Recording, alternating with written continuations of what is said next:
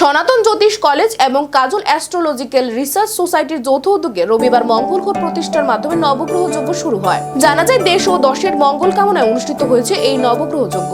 এই নিয়ে 11 বছরে পদার্পণ করল নবগ্রহ যজ্ঞ। এই দিনের এই যজ্ঞানুষ্ঠানে সকল ধর্মপ্রাণ মানুষের অংশগ্রহণ ও উপস্থিতি আহ্বান করা হয়েছে সোসাইটির পক্ষ থেকে।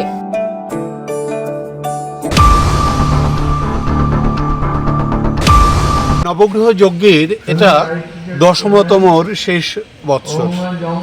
প্রতি বছরই আমরা এই যজ্ঞ অনুষ্ঠান এইখানে এই শিববাড়িতেই করে থাকি।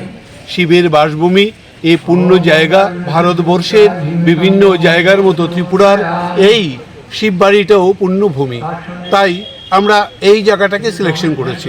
জেনারেলি যজ্ঞ অনুষ্ঠান করার জন্য কতগুলো বিশেষ প্রয়োজনীয় জিনিস রয়েছে, তার মধ্যে শিববাড়ি উল্লেখযোগ্য। এনভায়রনমেন্ট এটা অসাধারণভাবে যজ্ঞ অনুষ্ঠানে সহায়তা করে। জপ, ধ্যান, পূজা পাঠের জন্য নীরবতা অত্যন্ত প্রয়োজন, তাই এই শিববাড়িটাকে আমরা ঠিক করেছি।